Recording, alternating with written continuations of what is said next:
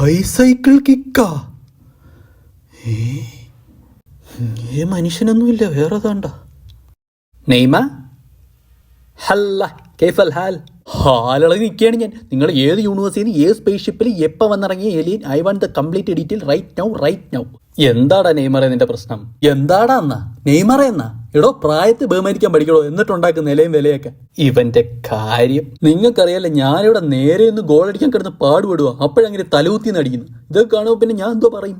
എടാ ഞാൻ ആ ഫിഫ നാറുകൾ കിട്ടിയ ഒരു കൊട്ടു കൊടുത്തില്ലേ, പിന്നെ വേൾഡ് കപ്പിന് ഇനി 200 ദിവസം കൂടെ ഉള്ളൂ. പഴയതൊക്കെ ഒന്ന് പൊടിയെട്ടി എടുക്കാന്ന് വിചാരിച്ചു.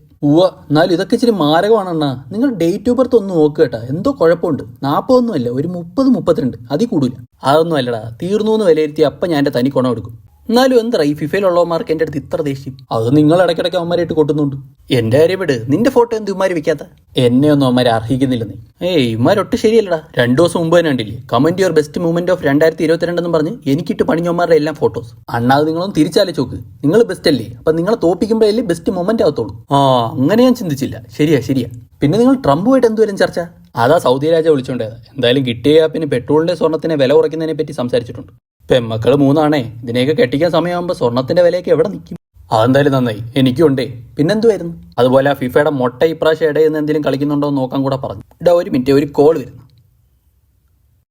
ഇതാ FCCK പിള്ളേരെ. FCCK അതെന്ന് തോന്നുന്നു.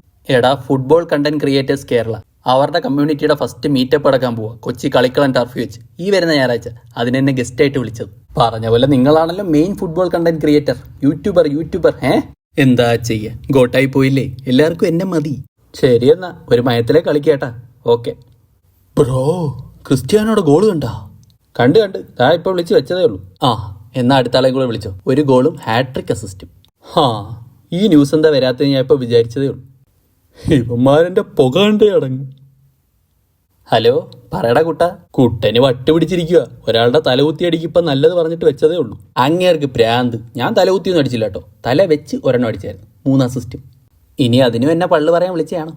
ഇല്ല, നിങ്ങളൊന്നും പറയത്തില്ല. കാരണം നിങ്ങളെ പറഞ്ഞിട്ട് കാര്യമില്ല. ഇതെന്റെ വിധിയാണ്. എനിക്കിപ്പോ കർത്താവിന്റെ അവസ്ഥ. അതെങ്ങനെ മനസ്സിലായില്ല? എന്റെ ഇടവും വലവും 2 ഗോട്ടുകളില്ലേ. നീ അത് വിട്. വേൾഡ് കപ്പിങ് എത്തി. നീയും കൂടെ ഉഷാറായാലൊരു ഗുമ്മുള്ളൂ.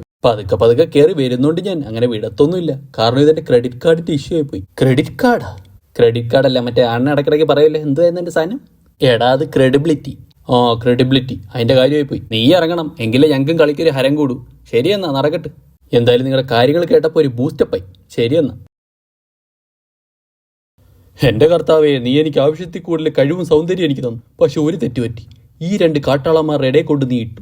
അടുത്ത ജന്മത്തിലെങ്കിലും യുവമാരുടെ ഇടയെ കൊണ്ട് നീ എന്നെ ഇടരുത് പ്ലീസ്. പറ്റാത്തോണ്ടാ.